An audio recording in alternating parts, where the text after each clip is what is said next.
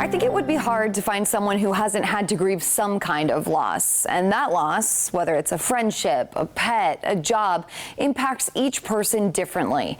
In today's Your Healthy Family, I'm talking to the David Lawrence Centers for Behavioral Health in Naples about why it's so important to acknowledge and handle that grief.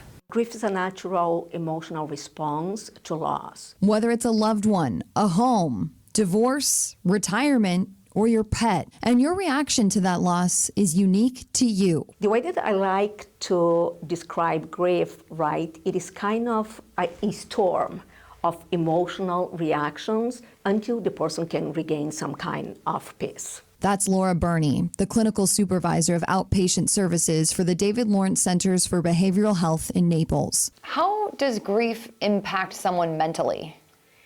Grief can be very exhausting and distressing, right? So normally people, they can develop some kind of symptoms of depression.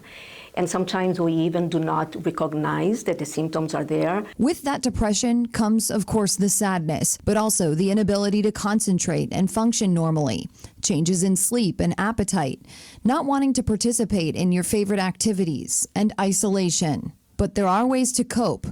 And it starts with feeling all the feelings. Accept that we are human beings and allow yourself that we have to go to this process, even though it's a very painful process. Bernie also says to join a support group, explore your spirituality, connect with your friends or loved ones, develop healthy eating and sleeping habits, exercise regularly.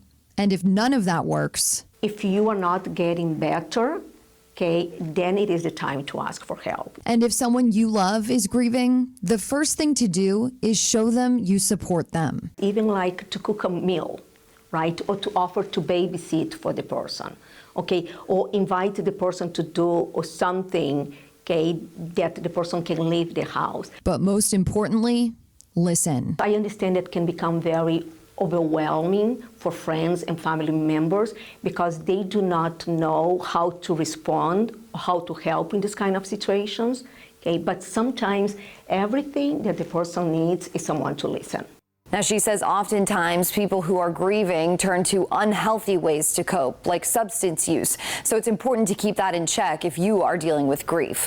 The David Lawrence Centers does have resources available for people who are having trouble coping. I'll have that information online at fox4now.com/yourhealthyfamily.